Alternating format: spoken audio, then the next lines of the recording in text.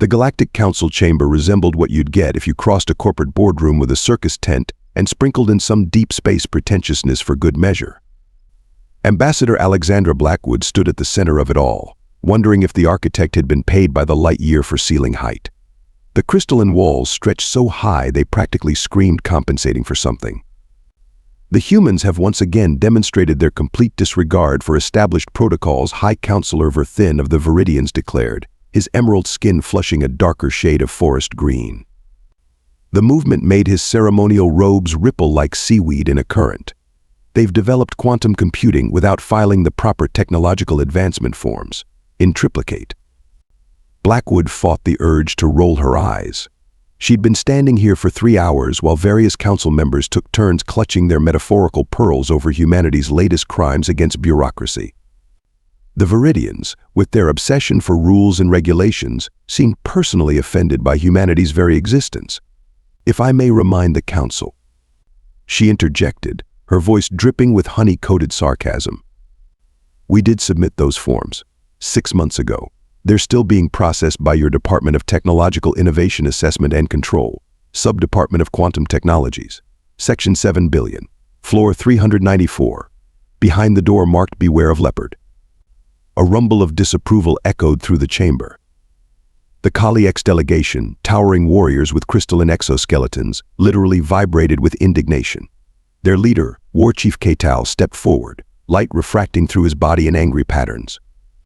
The humans also dare to continue their genetic research, he thundered, voice like grinding diamonds. They create new medical treatments without consulting the Council's Committee for Biological Enhancement Regulations. Oh yes, how terribly inconsiderate of us to cure cancer, Blackwood replied, examining her nails. We'll be sure to let all those patients know they should die properly, according to subsection C of the Medical Innovation Charter. The Merovian scientists, with their large, luminous eyes and spindly frames, huddled together, whispering and pointing at their data tablets. Their lead researcher, Dr. Memori, floated forward on his anti-gravity platform. The humans have achieved a 47.3% increase in efficiency in their fusion reactors, he announced, his voice wavering between fear and excitement, without submitting a single environmental impact study. Blackwood couldn't help herself. She laughed. The sound echoed through the chamber like a gunshot, causing several Viridian aides to drop their tablets in shock. I'm sorry, she said.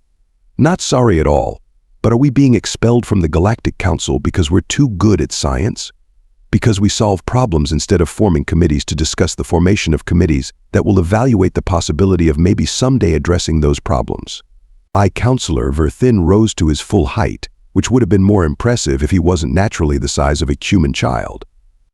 Ambassador Blackwood, humanity has demonstrated a consistent pattern of reckless innovation, blatant disregard for established procedures, and an inability to embrace the careful, measured pace of galactic civilization. Careful, measured pace, Blackwood snorted. A glacier moves faster than your approval process. We submitted a request to improve our FTL drives 5 years ago. It's still pending initial review. The Council has reached its decision, Verthin announced, ignoring her completely. Earth is hereby expelled from the Galactic Council, effective immediately.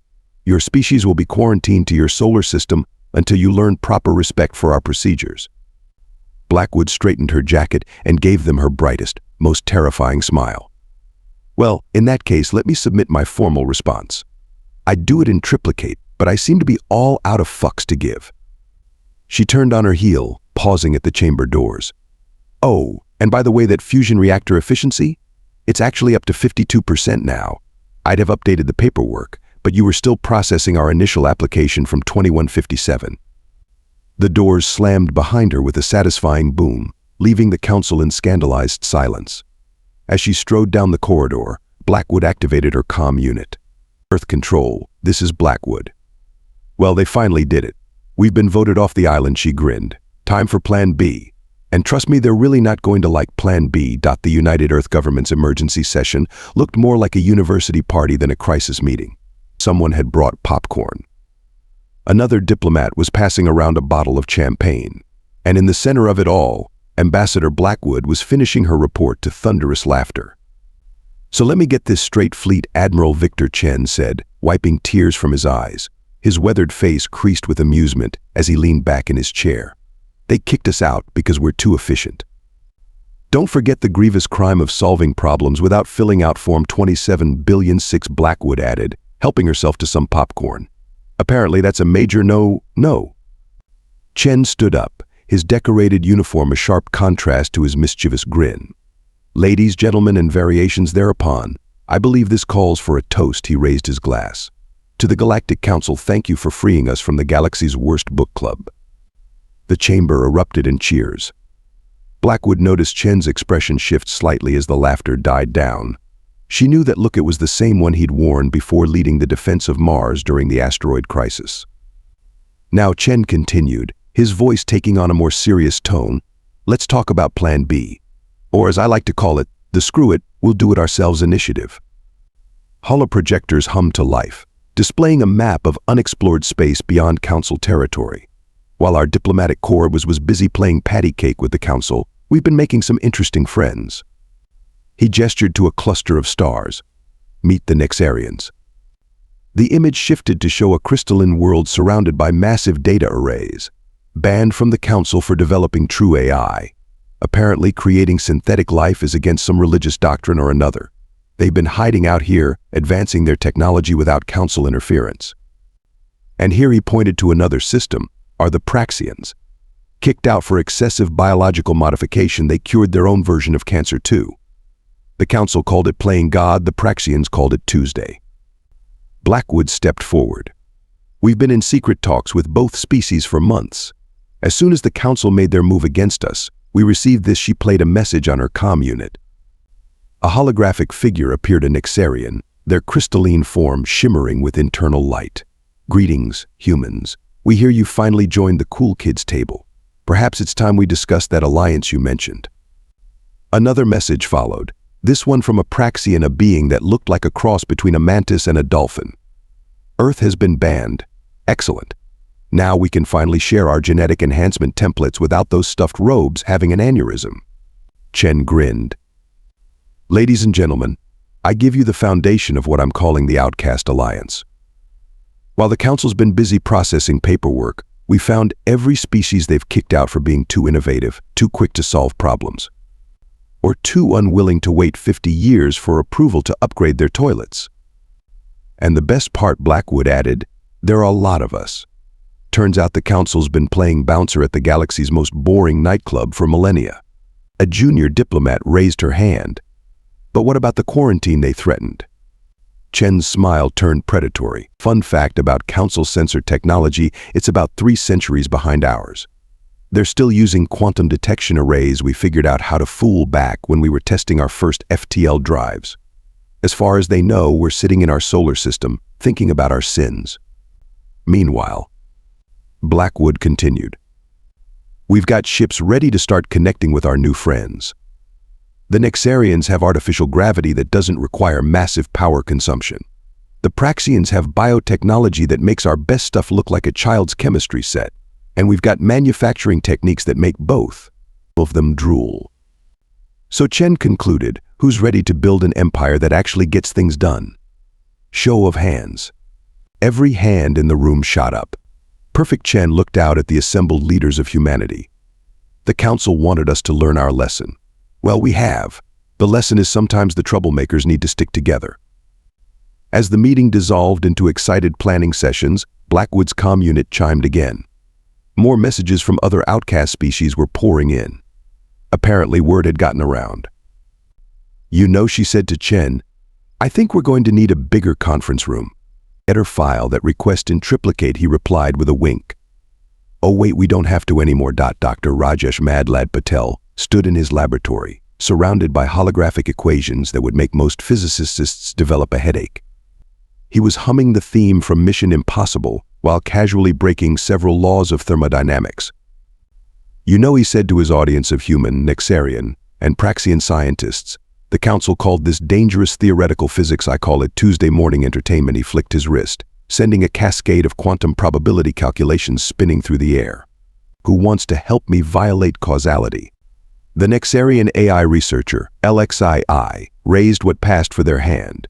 Their crystalline form sparkled with amusement. Doctor, according to my calculations, what you're proposing shouldn't just be impossible, it should be impossible to even imagine it being impossible. Exactly, Patel beamed. That's what makes it fun. Pass me that quantum resonator, would you? The one that looks like a coffee maker had a baby with a disco ball. In the corner, Admiral Chen watched the chaos unfold with barely concealed glee. Beside him, Ambassador Blackwood was reviewing progress reports from across their growing alliance. The Praxians have successfully merged their bioenhancement protocols with Nexarian quantum computing, she noted. They're calling it Schrödinger's DNA. It exists in multiple states simultaneously until you try to regulate it. How very on brand for our little rebellion, Chen chuckled. How's the fleet coming along? See for yourself. Blackwood activated a holographic display showing the shipyards orbiting Jupiter. Massive vessels were taking shape, their designs unlike anything the Council had ever seen.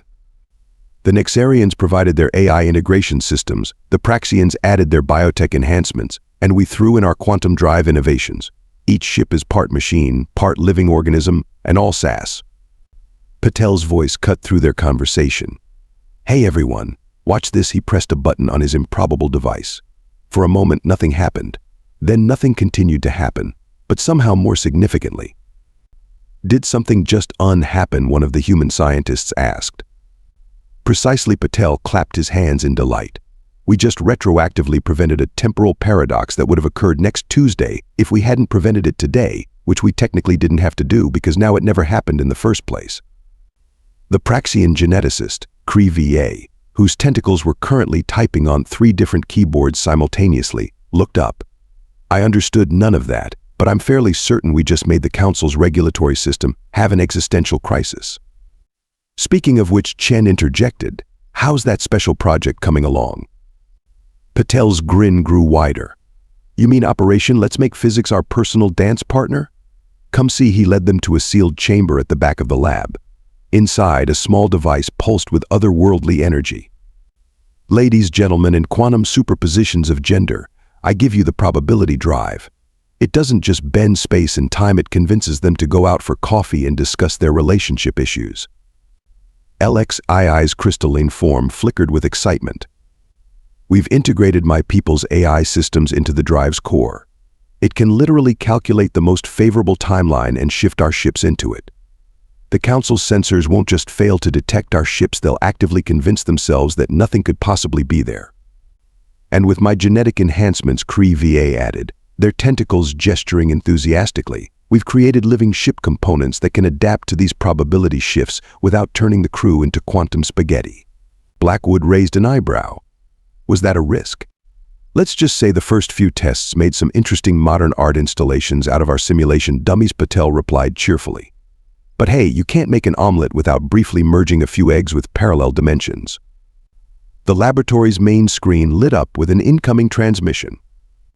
More outcasts had arrived at their rendezvous point. The Zylaxians banned for developing emotion-based technology, the Quantum Collective expelled for creating pocket universes as data storage, and the Morphians kicked out for mastering dream-based computing.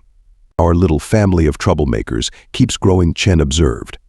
The Council's going to have a collective aneurysm when they realize what we're building out here. If they ever realize it, Blackwood corrected.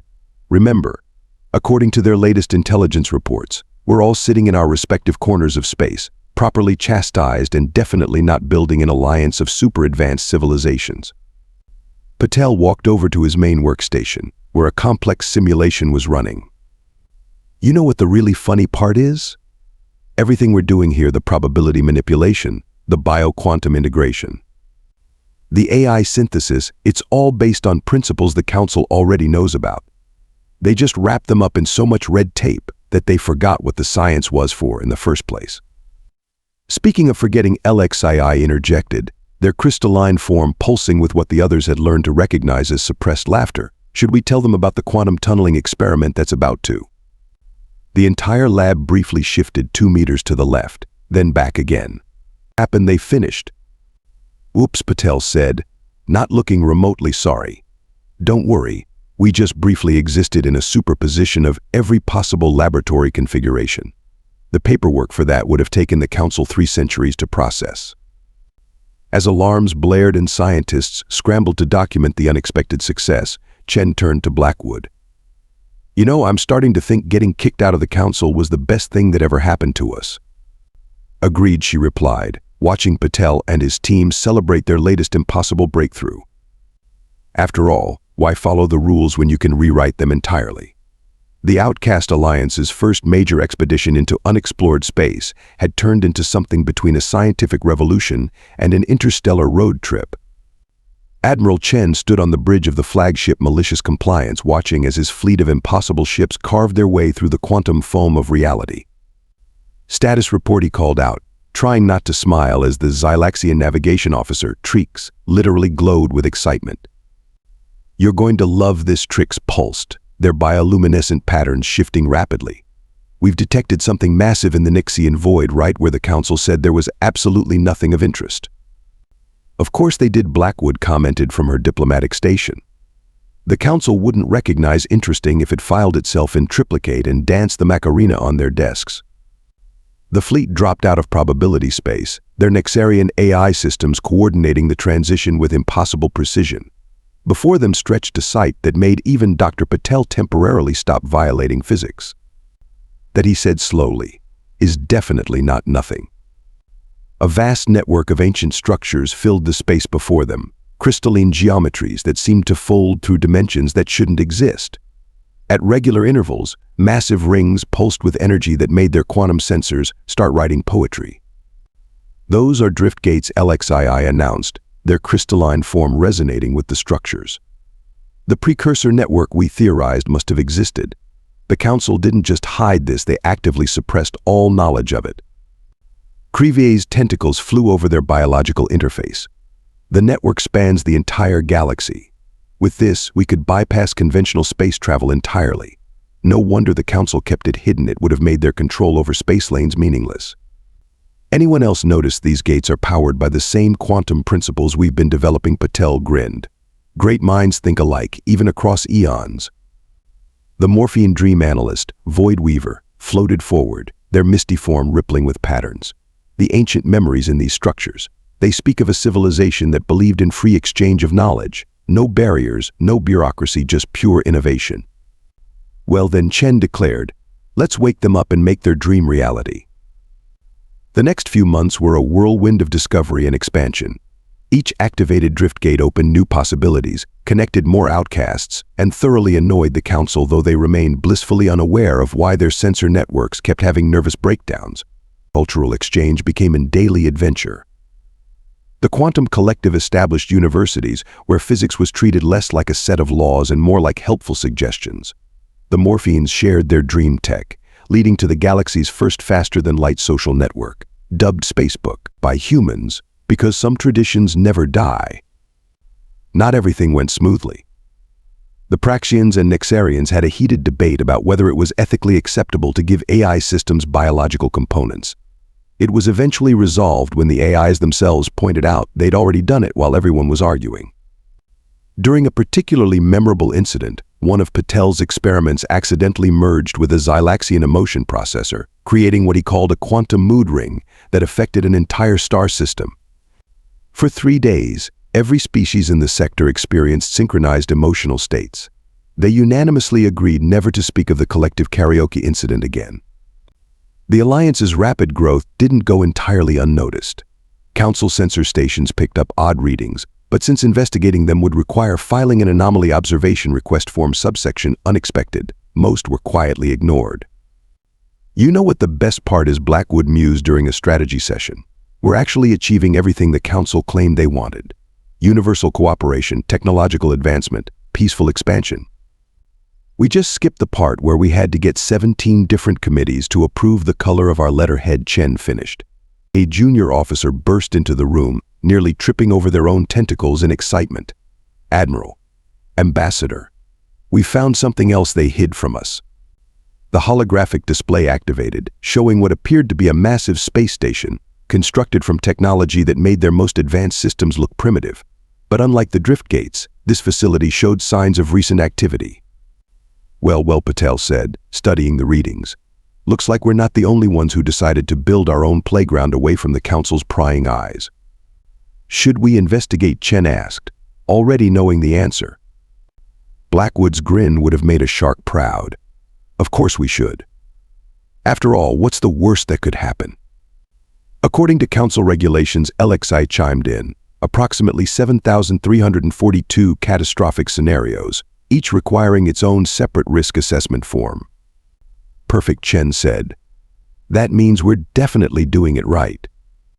As the Alliance fleet oriented itself toward their new discovery, none of them realized they were about to stumble upon exactly why the Council was so afraid of unrestricted innovation. Sometimes bureaucracy exists for a reason, but sometimes the cure is worse than the disease. The mysterious station held secrets that made the drift gates look like children's toys. As the Alliance research team combed through its databases, they discovered something that turned their irreverent rebellion into something far more crucial. They knew, Blackwood whispered, staring at the station's central holographic display. The Council knew they were coming, and they did nothing. The display showed a massive fleet of ships unlike anything they'd seen before, approaching from intergalactic space. The Council had detected them 50 years ago through this very station, a deep space monitoring facility they'd buried in bureaucracy and forgotten. Patel studied the readings, for once not making a single joke. These ships are operating on principles that make our probability drives look primitive. They're not just bending space-time, they're ignoring it completely. How long? Chen asked, his voice tight. 6 months, LXII answered, their crystalline form dim with concern. The Council filed the discovery under potential external demographic shifts Category 7 and scheduled the first preliminary response meeting for next year. CREVA's tentacles coiled in agitation. They're not even warning their own people. The emergency response paperwork is still waiting for a third-level review in some subcommittee. The Alliance leadership gathered around the strategic display. The approaching fleet was massive enough to blot out entire star systems. The Council's standard defense fleet would be about as effective as throwing angry memos at them. Right, Chen straightened his uniform. Time to do what we do best, ignore the rules and save everyone anyway. The Council's going to hate this, Blackwood grinned, but there was steel in her voice. The Council's going to be alive to hate it, Patel corrected, already pulling up schematics. LXII, get your AI systems analyzing their tech. CREVA, we're going to need your bio-enhancements pushed to the limit. I've got some ideas that would give the Council's safety inspectors heart attacks. The quantum collective representatives phased into existence around them.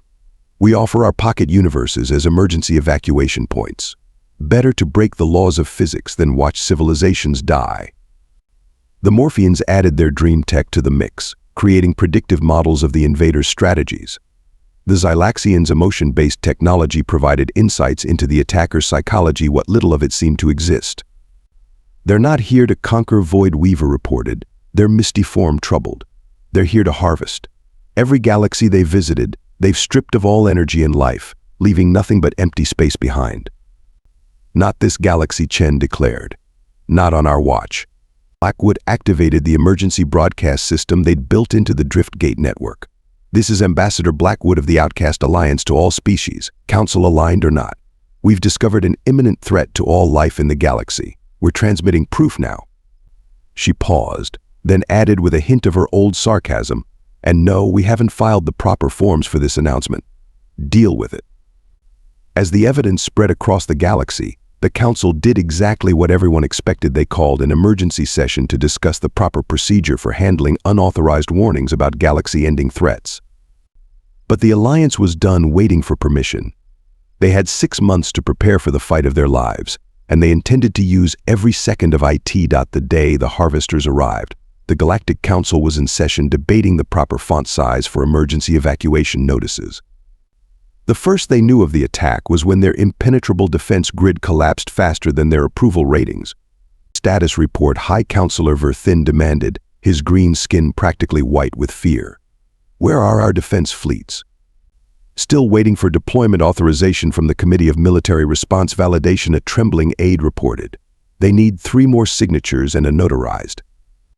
The aide never finished. A harvest ship larger than a small moon appeared directly above the Council capital, its void black surface drinking in light itself. The Council's mighty defensive platforms, pride of their military might, fired their weapons only to watch their shots bend away like light around a black hole. That's when the impossible happened. A ship materialized between the Harvester and the planet. Then another. And another. The quantum armada of the Outcast Alliance rippled into existence, their hybrid biomechanical ships glowing with energies that made reality itself nervous. Admiral Chen's voice boomed across all frequencies, including several that theoretically didn't exist. This is Admiral Viktor Chen of the Outcast Alliance. In accordance with absolutely no regulations whatsoever, we're here to save your bureaucratic behinds. The Alliance fleet moved like nothing the galaxy had ever seen. Patel's probability drives let them exist in multiple locations simultaneously, making targeting them an exercise in quantum frustration. Nexarian AI systems coordinated their movements with picosecond precision, while Praxian bioenhancements let their ships heal damage almost instantly. Pattern Omega Chen commanded, just like we practiced. The Alliance fleet split into precisely calculated formations. Zylaxian emotion processors projected feelings of confusion and discord, scrambling the Harvester's hive mind coordination.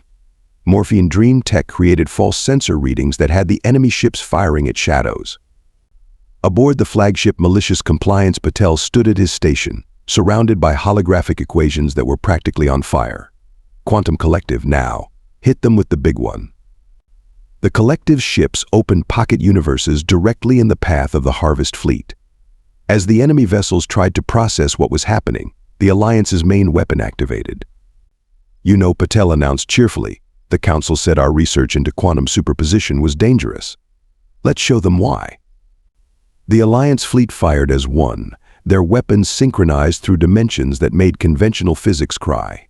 Each shot existed in multiple states simultaneously, following all possible paths to their targets. The Harvesters couldn't dodge because the shots were, technically speaking, everywhere at once. "That's impossible," a Council scientist shouted, watching the battle unfold. "The energy requirements alone would." "Oh, put a sock in it," Blackwood's voice cut through the channel. She stood on the bridge of her own command ship, coordinating the diplomatic corps turned warfare specialists. "We're breaking the laws of physics to save the galaxy. File a complaint later." The Harvest ships began to fall. Where Council weapons had bounced off harmlessly, the Alliance's impossible tech tore through their defenses. Ships that had destroyed countless civilizations found themselves being unwritten from reality by weapons that shouldn't exist. But the Harvesters weren't done. Their flagship, a construct that dwarfed solar systems, began to power up its main weapon. Energy readings went off the scale, then off several more scales that were hastily invented to measure them. "Well," Chen observed dryly, "that's not good." "Actually," Patel corrected, "it's perfect." "Cree VA, remember that thing we definitely didn't build because it would violate about 17 different laws of reality." The Praxian scientist's tentacles danced across their console. "You mean the one that made that test moon temporarily exist next Tuesday?" "That's the one." Time to think bigger.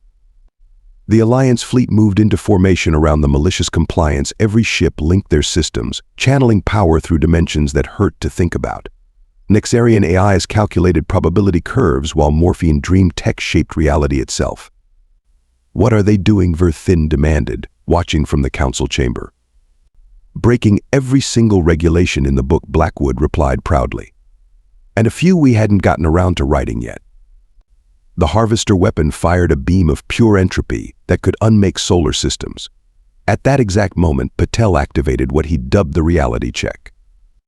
The Alliance fleet didn't just catch the beam. They caught it in every possible timeline simultaneously, fed it through a few pocket universes for seasoning, and sent it back wrapped in quantum uncertainty and tied with a bow of broken physics. The Harvester flagship ceased to exist, not just in the present, but in several adjacent timeframes as well. The remaining Harvest ships, faced with an enemy that treated the laws of physics as mild suggestions, did the only sensible thing: they fled. As reality settled back into something approaching normal, Chen surveyed the battlefield with satisfaction. Status report.